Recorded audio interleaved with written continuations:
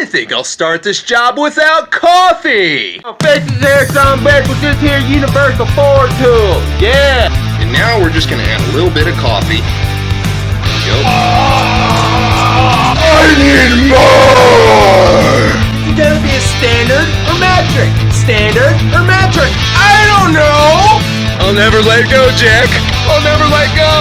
Have you lost your mind? Hi, bitch. Oh,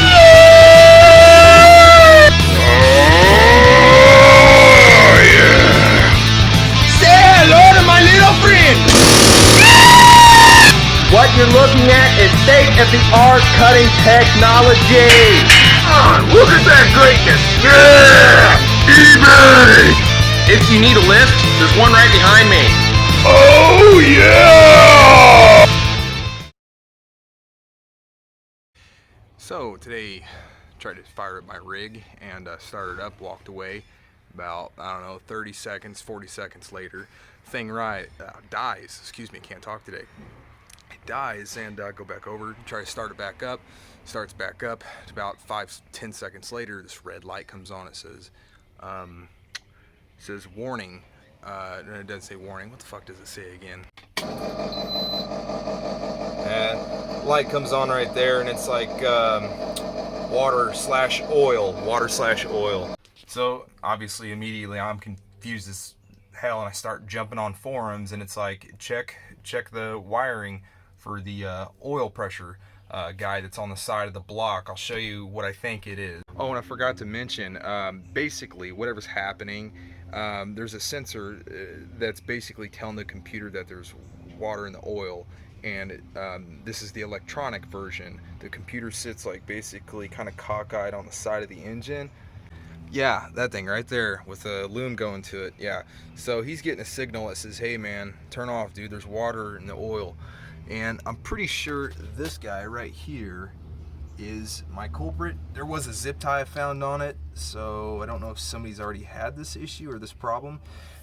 And then I was like, well, let's just start with the basics. Let's check the oil, and my oil was actually low. I'm sitting at an angle, so yeah, I'm about 4 to 5 quarts low right now. Plus the oil's old. Yes, that's really good on these engines, so that's my fault. So I'm gonna do an oil change. I'm gonna see if that doesn't fix my water and oil warning issue with my engine shutting off. So if you are new to these, I was new to these at 1.2. This is to check the oil. You turn this to the left just a little bit till it becomes loose. Don't do it too much or things come apart, and it's a very bad day. So you turn that to the left and kind of wiggle it, and then it pops out like that. And again, I'm going to check mine, and heavily soot, and I'm at an angle. So yeah, I'm about 4 to 5 quarts low on oil. Yeah, it's almost a gallon out of 7.5. Alright, so for my rig, this is a LFP 2285 is the oil filter number. The number is also, I think it's 50, shit. Another cross-reference for this oil filter is a 51799, other than this right here. Internet says this is the good oil to use. Suggested Rotella. Well, they didn't have any Rotella, so pick this one, and it's 7.5 gallons. And yeah, 7.5, which is I think 30 quarts or something like that, 28 quarts.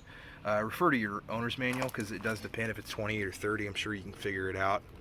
And I got this huge ass oil filter wrench at Menards, biggest one I've ever found. If not, check either eBay or it's like a 5-inch.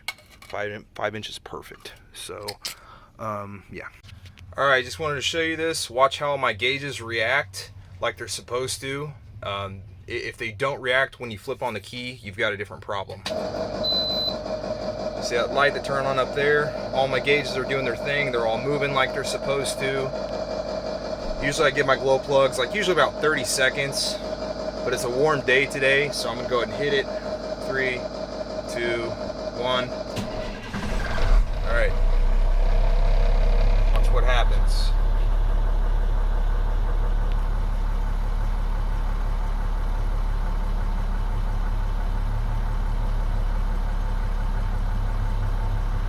Huh. Okay, it's not coming back on. It was random. Okay. Wow. Well, I'm gonna go ahead and continue with my oil change. Okay, my problem went away. The only thing that I did, I'll show you.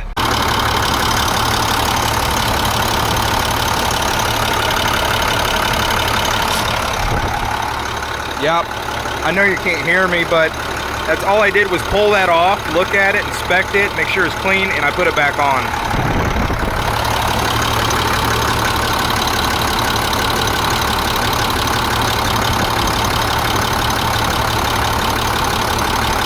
Okay, cool, whatever.